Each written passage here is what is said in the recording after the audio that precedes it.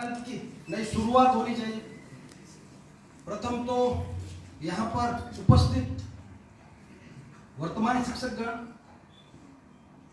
भविष्य के शिक्षकगण, शाला कॉलेज के संचालक, सभी को मेरी ओर से वंदन।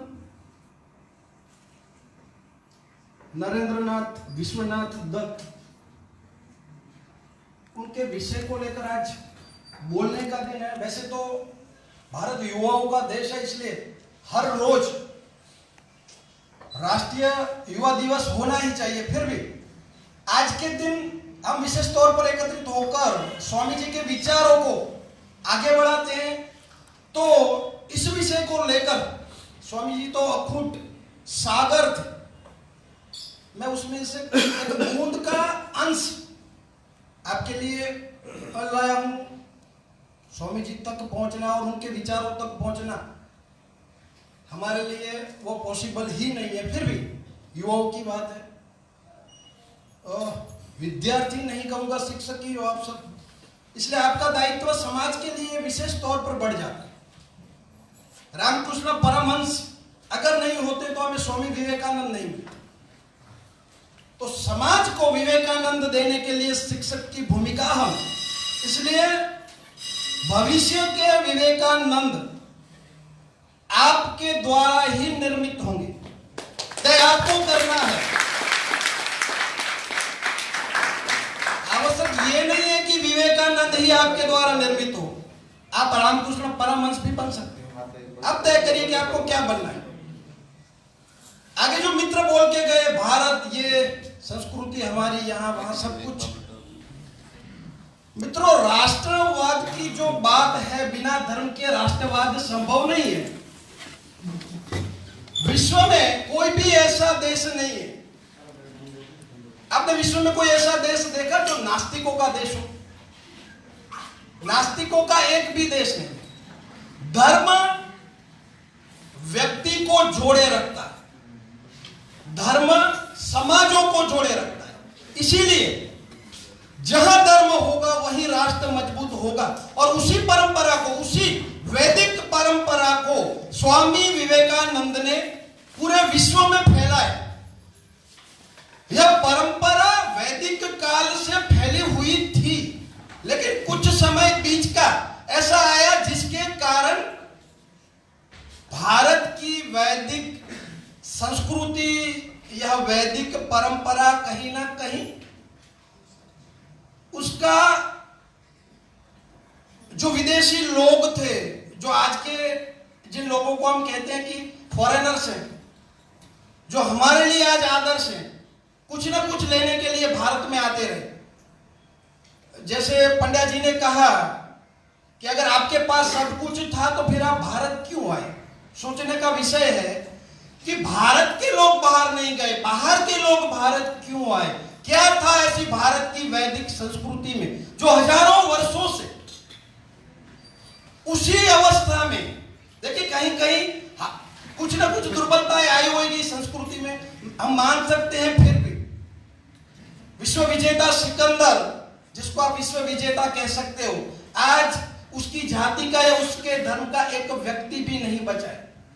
जितने भी लोग आए भारत में, भारत पर सांस्कृतिक आक्रमण किए, फिर भी आज भारत उसी अवस्था में, कई संस्कृतियां खत्म हो गई विश्व पटल से। तो क्या है ऐसी संस्कृति, क्या है ऐसा इस देश में जिसके कारण लोग विदेशों से आए, कुछ लेकर चले गए, फिर भी भारत वही भारत है ना, यह भूमि का टुकड़ा है। हिमालय से लेकर जो भी उन्होंने अभी तक बोला, भारत की सीमाएं मात्र हिमालय तक नहीं थी। आज का चीन है वो भी भारत का अंग था, आज का ईरान है वो भी भारत का अंग था, पर्सिया जिसे मिस्र कहते हैं वो भी भारत का अंग था, कंबोडिया वो भी भारत का अंग था। जहां पर जिस कॉलेज में आप पढ़ने आए हो, नालंदा हमारी जो विश्वविद्यालय, विश्व की प्रथम विश्वविद्यालय भारत में थी, उसका नाम था नालंदा। जब लोगों के पास पहनने के लिए कपड़े नहीं थे, उनको कपड़े पहनने का ज्ञान नहीं था, तब नालंदा में आयुर्वेद, आज जो हम पढ़ रहे हैं, जिस आयुर्वेद की हम आज बातें करें, वो नालंदा से ही तो निकला है। उस समय कहते हैं कि सर्जरियां होती थी भारत में, तो उसी परंपरा को विवेकानंद ने तो हमें याद करवाया। यह परंपरा तो वैदिक काल से चली आ रही। आज की युवा पीढ़ी को उस परंपराओं को आगे बढ़ाना है, उस परंपराओं को लेकर आगे चलना है। हमें अपने आप पर गर्व करना चाहिए कि आप किस परंपरा के जनक हो, किस परंपरा के आप वंशज हो। देश की जो भी वर्तमान परिस्थिति है या भूतकाल में जो देश की परिस्थितियां रही, देखिए युवा क्या नहीं कर सकता और युवा को क्या करना चाहिए। युवा निर्माण भी कर सकता है और युवा विध्वंस भी कर सकता है। विश्व का इतिहास पढ़ लीजिए, भारतीय संस्कृति पढ़ लीजिए, चले विश्व के इतिहास को पढ़ने की आवश्यकता नहीं है। एक अर्जुन ने पूरे कुरुक्षेत्र के परिणाम को बदल दिया। एक भारत के नाम से ही आज का देश भारत है। इतने नाम अगर बोलूंगा तो 2 घंटे तक मैं बोलता रहूंगा, आप सुनते रहोगे, इसका अंत नहीं आएगा। लेकिन जो वास्तविक परिस्थिति है कि आज का युवा क्या करना चाहिए हमें। आज विवेकानंद जी की जयंती हम मनाकर यहां से चले जाएंगे, इससे क्या विवेकानंद जी के लिए या वो जो इच्छाएं लेकर गए वो क्या पूर्ण होगी। आज आतंकवाद, माओवाद, नक्सलवाद, जातिवाद, विवेकानंद जी चले गए। यह समस्याएं आज जो हमारे सामने है, हर एक युवा को विवेकानंद बनकर उन समस्याओं का सामना करना चाहिए। अगर देश को मजबूत रखना है, मैंने पहले भी कहा कि धर्म देश को जोड़े रखता है। बिना धर्म के कोई भी राष्ट्र बनता नहीं है। अगर धर्म होगा तभी राष्ट्र बनेगा और वैदिक संस्कृति यही कहती है। हमारे वेदों ने भी यही कहा है, वसुधैव कुटुंबकम। मात्र और मात्र भारत की संस्कृति ने ही कहा है, बाकी के लोगों ने तो या तो आक्रमण किए हैं या किसी ना किसी तरह से और लोगों को धर्म परिवर्तन करवा के अपनी संस्कृति का प्रचार किया है। भारत ही केवल, इसी देश की केवल एक संस्कृति है जिन्होंने ना किसी पर आक्रमण किया है, ना किसी का धर्म परिवर्तन करवाया है, फिर भी युगों से अविरत सूर्य और चंद्र की तरह आज भी विश्व पटल पर विराजमान। यही हमारी संस्कृति की मांग है। हमें कभी तलवार लेकर किसी देश पर चढ़ाई करने की आवश्यकता नहीं रही। आपने सुना कभी भारतीय किसी राजा ने किसी दूसरे देश के राजा के ऊपर आक्रमण किया कि धर्म परिवर्तन कर लो वरना मार देंगे? सुना कभी?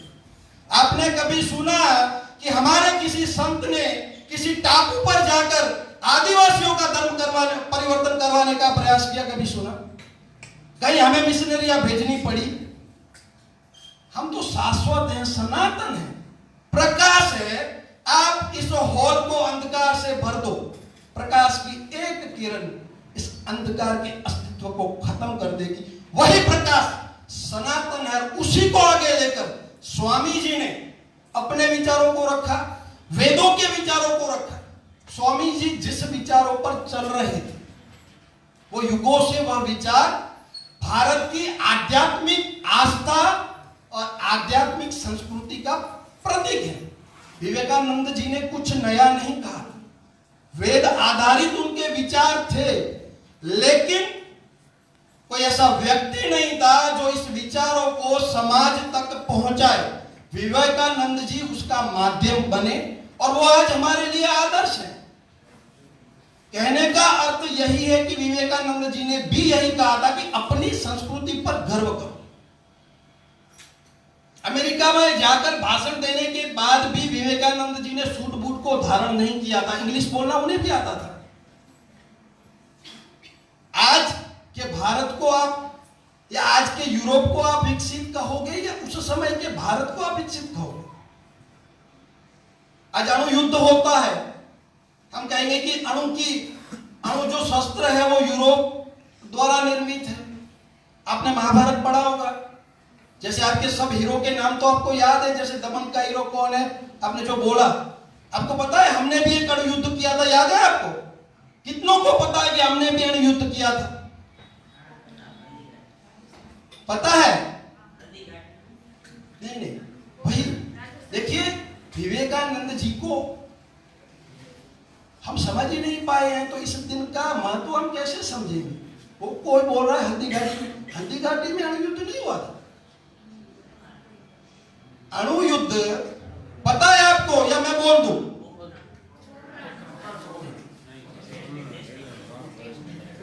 उससे पहले तो अमेरिका ने नागासाकी और हिरोशिमा पर उसका परीक्षण कर दिया। मेरे कहने का अर्थ यह है कि यह जो अणु शस्त्र की बात हो रही है उसका जनक कौन है? उसका जनक यह भारत देश है, जिसने आज से 5000 वर्ष पहले कुरुक्षेत्र में इस हथियार का, इस शस्त्र का उपयोग किया था। मैं कहूंगा कि किया था। आप में से कुछ हाई एजुकेटेड लोग बोलेंगे कि ये तो महाभारत की बात है, इसके प्रमाण क्या है? तो आज भी कुरुक्षेत्र की मिट्टी से अणु के अंश मिलते हैं, यह प्रमाण है। हमारे शास्त्र केवल आध्यात्मिक नहीं है, उसका महत्व वैज्ञानिक भी है, तो इसको भी हमें समझना पड़ेगा। आज भी कुरुक्षेत्र की भूमि से अणु के अंश मिलते हैं।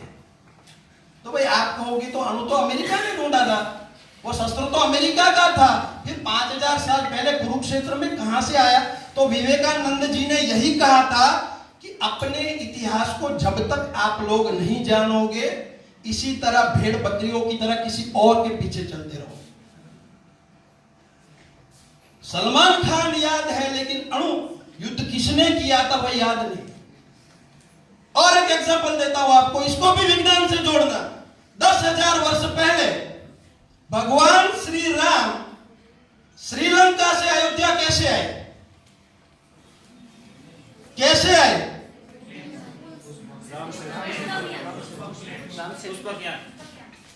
यान। यान का अर्थ क्या होता है इंग्लिश में? प्लेन, विमान, ठीक है ना, विमान। आज जिस विमान को, जिस शब्द को हम सुनते हैं, रामायण में वही 10,000 साल पहले लिखा गया है कि राम अयोध्या से, श्रीलंका से अयोध्या पुष्पक विमान में आए, पुष्पक यान में आए, जो आज भुज से मुंबई के लिए उड़ती हैं। आज की सदी में भी उसको विमान कहा जाता है, और 10,000 वर्ष पहले भी उसको विमान कहा गया था। तो विमान का जनक कौन है? तो अपने इतिहास से फिर गर्व क्यों नहीं लेते हो आप? फिर आप ये क्यों कहते हो कि ये सब यूरोपियों ने सोचा? अरे उन्होंने तो केवल चोरियां की, चोरियों के अलावा कुछ नहीं किया। जिसके पास कुछ होता नहीं, याचक तो वो होता है ना। हमने तो हमेशा दिया है, ले जाओ ले जाओ ले जाओ, फिर भी हमारे पास सब कुछ है। सत्य है या गलत है? अब आप बताओगे कि रामायण तो इनका पुस्तक है इसलिए रघुवीर सिंह बोल रहे हैं, तो फिर विमान शब्द तो आज भी उसी परंपरा का है। फिर विमान को सीमान क्यों नहीं बोलते हो? विमान ही बोलते हो ना। तो यह संस्कृति है हमारी, यह आर्य परंपरा है। संस्कृति का अर्थ धर्म नहीं होता है मित्रों। संस्कृति हमें जीना सिखाती है, संस्कृति हमें जीवन सिखाती है। प्रकृति को भी जिसने माता माना वह आर्य संस्कृति है। इसीलिए विवेकानंद को मात्र भारतीय नहीं, विदेशी भी, जिसके आप लोग चाटुकार हो, जिस परंपरा के पीछे आप लोग अंधे बने हो, उस परंपरा के लोग 18वीं सदी में स्वामी जी के शिष्य बने थे। आप बताओ कौन महान है, हम या वो? तो फिर अपनी संस्कृति पर गर्व करना चाहिए। हमारे आदर्श कौन होने चाहिए? मात्र स्वामी विवेकानंद, और कौन है? दयानंद, श्री कृष्ण, श्री राम। और आप भी उसी परंपरा के वाहक। अगर सांदीपनी नहीं होते तो कृष्ण नहीं होते, क्योंकि कृष्ण के गुरु का नाम सांदीपनी था। अगर विश्वामित्र नहीं होते तो राम भी नहीं होते, क्योंकि राम के गुरु का नाम भी विश्वामित्र था। तो आपको भी समाज में क्या देना है? राम को देना है या रावण को देना है? क्योंकि आप भी उसी गुरु परंपरा से, आप विद्यार्थी नहीं हो, आप आगे जो लेके जाओगे भविष्य में वो आप समाज को दोगे। तो मैं ये चाहता हूं कि स्वामी जी मात्र जयंती के लिए ही सीमित ना हो जाए इस हॉल के बाहर, फिर जो हम हैं वही लेके जाए, ये नहीं। स्वामी जी के विचारों को, भारतीय संस्कृति को, मैं बोलूंगा कि धर्म नहीं संस्कृति, क्योंकि यह वैदिक सनातन संस्कृति है और केवल एक ही यह संस्कृति है जिसने पूरे विश्व को वसुदेव कुटुंबकम का संदेश दिया। इसलिए स्वामी जी ने वहां पर जाके कहा कि मेरे अमेरिका के भाइयों और बहनों, क्योंकि हम हर एक मानव को अपना मानते हैं। हां, कुछ आतेताई उस व्याख्या में नहीं आती जिसने भारत को तोड़ा, जिसने भारत के मंदिरों को लूटा, जिसने भारत की बेटियों को उठाया, किसी ना किसी प्रकार से जिसने भारत के ऊपर सांस्कृतिक आक्रमण किया। क्योंकि जब स्वामी जी थे तब उनके मन में यही पीड़ा थी कि इतने महान संस्कृति के जनक वंशज आज इन तुच्छ अंग्रेजों के गुलाम हैं, जिनके पास खाने के लिए और पहनने के लिए कपड़े नहीं थे, इसलिए व्यापारी बनकर भारत में आए और इन महान लोगों को गुलाम बना दिया। उसी तरह से मुगल आए, वह पीड़ा उनके मन में आजीवन रही। वो जब देह त्याग करके गए तब भी वह पीड़ा उनके मन में रही कि कैसे इस देश के युवाओं को जगाया जाए। मैं फिर से बोल रहा हूं कि युवा ही विनाश भी कर सकता है, युवा सर्जन भी कर सकता है। अब क्या नहीं कर सकते आप?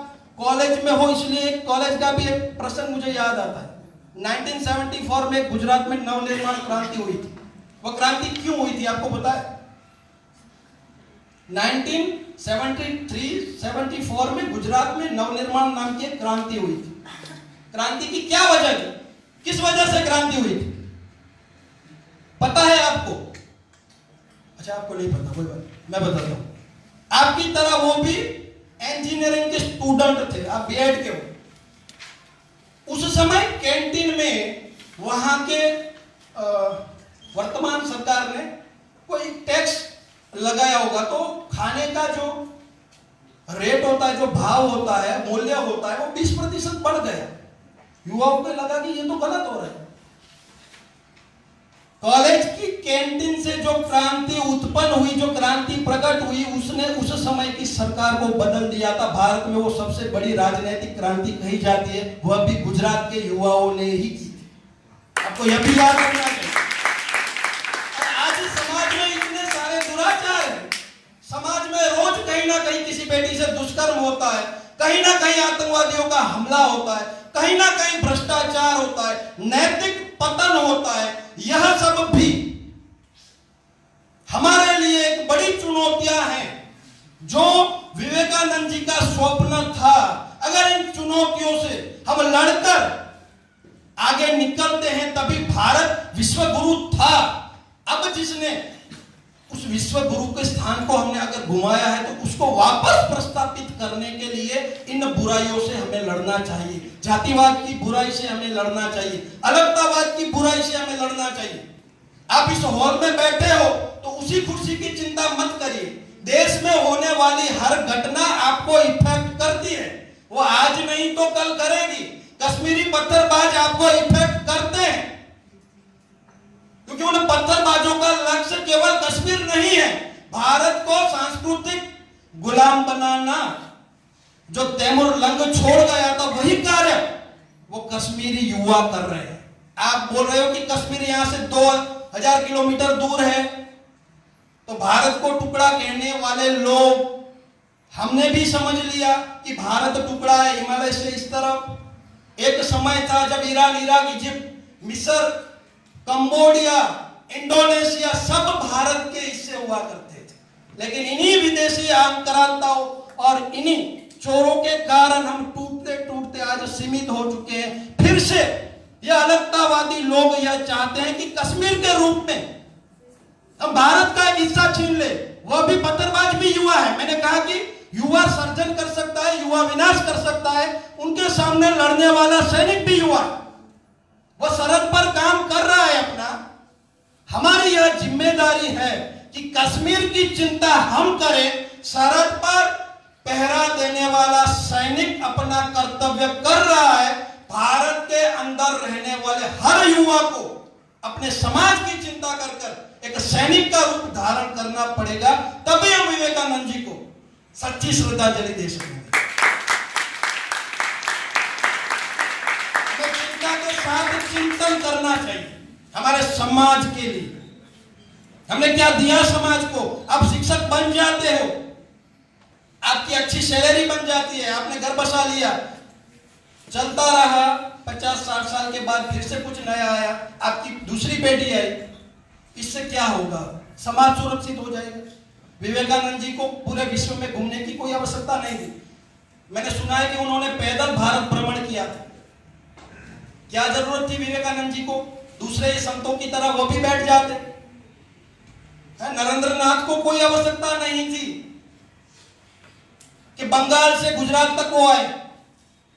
लेकिन समाज, अगर समाज ही नहीं बचेगा, इस हॉल में हम बैठे हैं, हम इसी हॉल की अगर रक्षा करेंगे तो यह हॉल जो है, जो कॉलेज कैंपस में, उस पूरी कॉलेज की बाउंड्री को भी हमें समझना पड़ेगा, क्योंकि उसी बाउंड्री के अंदर हॉल है। तो यह समाज भी भारत में है। अगर हमने इस समाज की चिंता नहीं की तो कल हमारे लिए भी बुरे दिन आएंगे। अब हमें यह कभी नहीं सोचना चाहिए कि यह देश वापस गुलाम बने, यह देश वापस विदेशियों के हाथ में आए, क्योंकि अलगतावाद का राग, जातिवाद का राग हमें फिर से तोड़ रहा है। कुछ लोग, कुछ युवा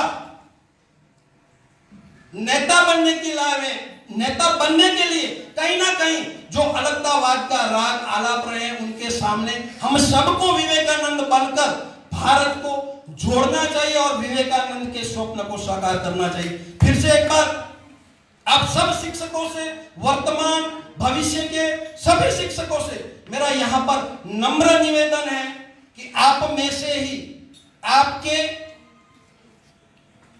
स्टूडेंट ही भारत को नए विवेकानंद दे सकते हैं। तो उसके लिए आपको तैयार रहना चाहिए।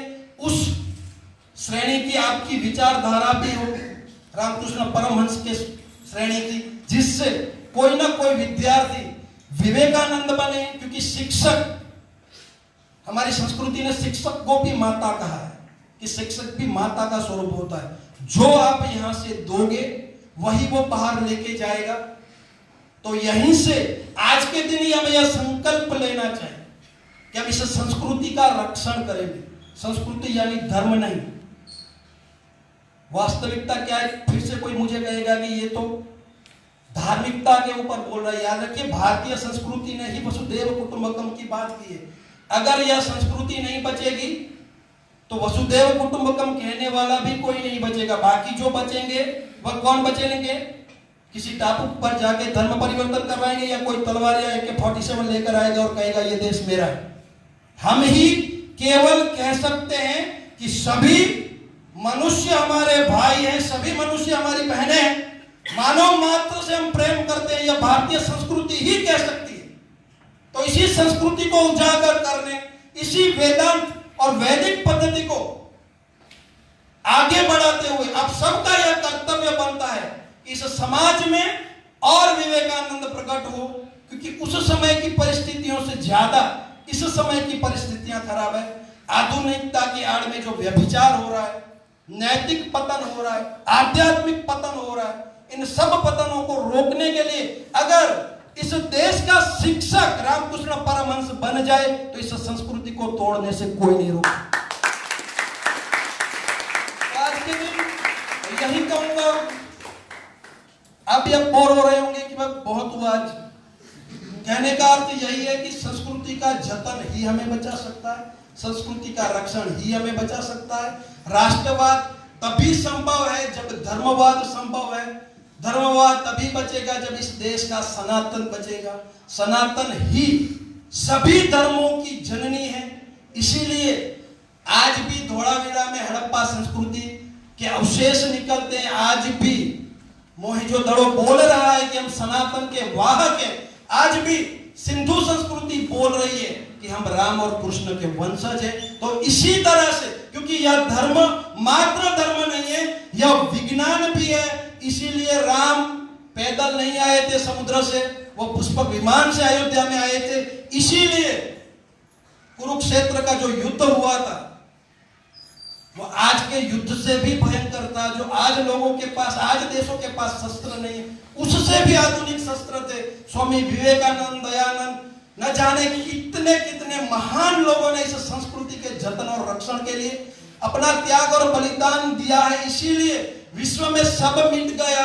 लोगों ने धर्म परिवर्तन किए, देश परिवर्तन किए। किसी इजरायली को भारत में आना पड़ा, किसी पार्शियन को भारत में आना पड़ा। इसी देश के लोग वर्षों से इसी देश में रह रहे हैं, किसी देश में नहीं गए। आज भी वही आर्य संस्कृति उसी तरह से उज्जवल हो रही है। मैं चाहता हूं कि उस उज्जवल संस्कृति का हिस्सा आप भी बने, आप भी विवेकानंद बने, आप भी वशिष्ठ बने, आप भी संदीपनी बने, रामकृष्ण परमहंस भी आप ही बने। बस यही आज कहना था। जिन लोगों ने हमारे कॉलेज कैंपस एजुकेशन ट्रस्ट है, उनका भी मैं कहूँगा कि हृदय पूर्वक आप सबका आभार कि आपने इतनी देर तक मुझे सुना। इस दौरान भी आपको कोई भी प्रश्न, क्योंकि वक्ता वही होता है जो तथ्य के साथ बोलता है। मैं जो बात करता हूं उस बातों का मेरे पास अगर तथ्य हो तभी मैं आपके ऊपर अप्लाई कर सकता हूं। ऐसे ही मैं कहीं से पढ़ के मैं आपके सामने बोल के चला गया, उसका भी अर्थ नहीं। तो यहां से किसी को भी मेरे वक्तव्य के दरमियान कोई भी प्रश्न आपके दिमाग में, आपके हृदय में उपस्थित हुआ हो तो अवश्य आप मुझे पूछ सकते हैं। उस विषय पर हम गहन चर्चा भी करेंगे।